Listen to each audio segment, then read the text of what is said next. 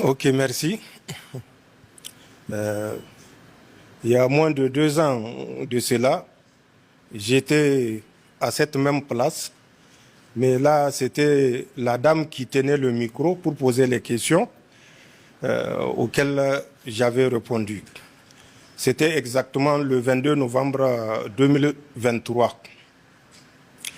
Vous savez que le Mali, le Niger et le Burkina évoluent dans un cadre confédéral. À l'époque, mon arrivée avait pour objectif de remercier le peuple du Mali, du Burkina et de la Guinée pour le soutien qu'ils ont apporté au Niger lorsque la CEDEAO avait pris la malheureuse initiative d'agresser à travers les moyens militaires la République du Niger qui cherchait sa voie.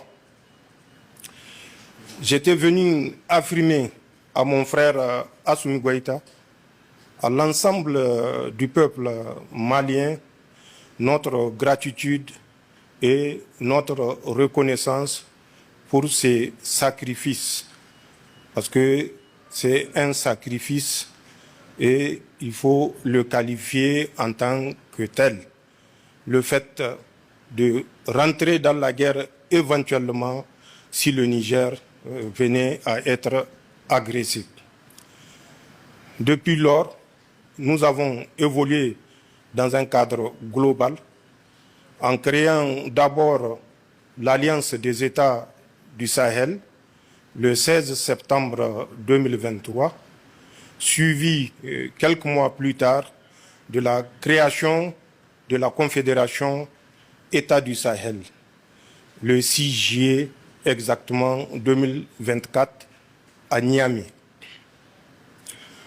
Entre autres objectifs ont été donnés à cette confédération, et notamment le premier pilier qui est la préoccupation de nos populations, la défense, sécurité.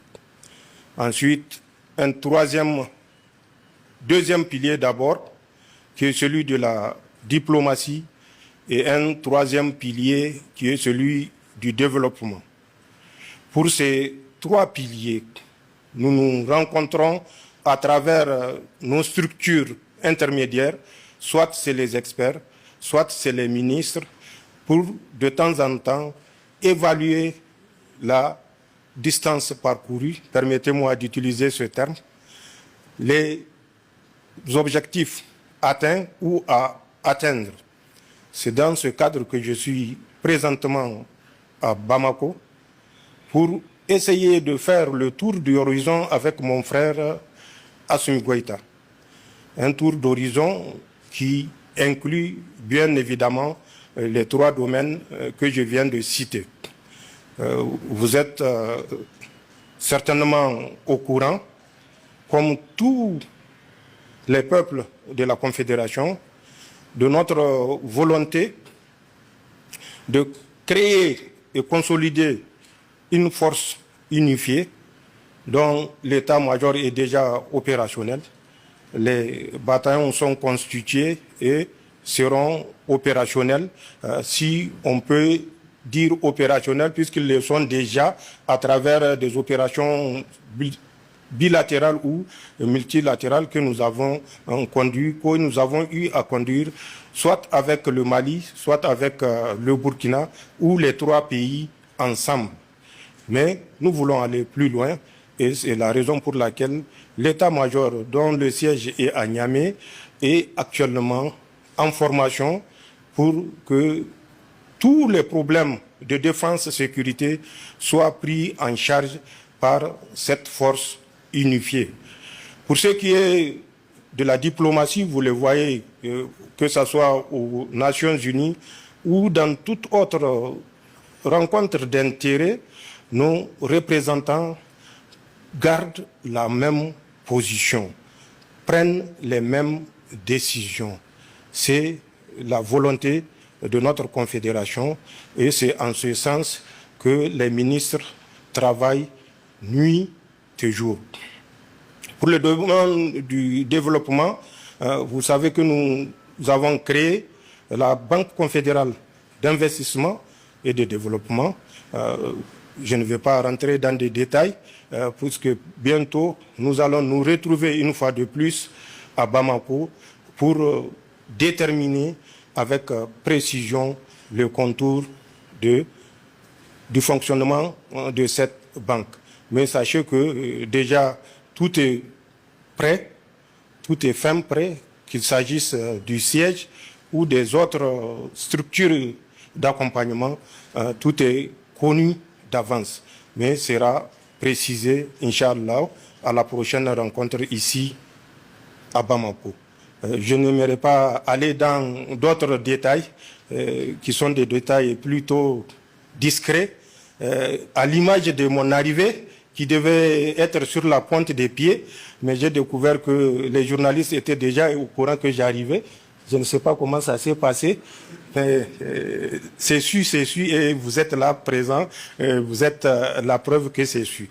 Donc il y a des domaines, bien sûr, qu'on ne peut pas évoquer ici, mais il y a des domaines d'intérêt que nous avons passés en revue et que, Inch'Allah, à la prochaine rencontre, vous saurez davantage.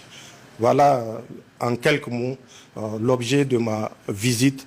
Une fois de plus, merci au vaillant peuple du Mali, merci au vaillant peuple du Burkina, merci au vaillant peuple du Niger, peuples qui ont permis de prendre l'ascendant et désormais de conduire la révolution. Il n'y a pas autre qualificatif que celui-là.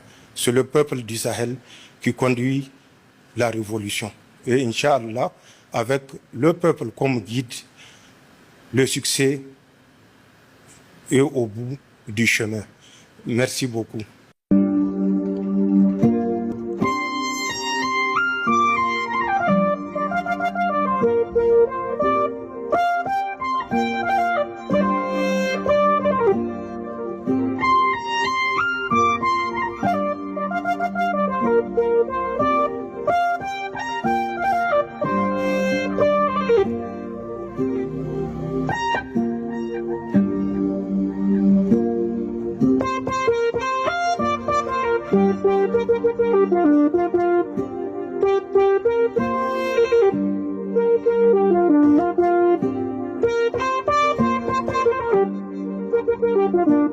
Thank you.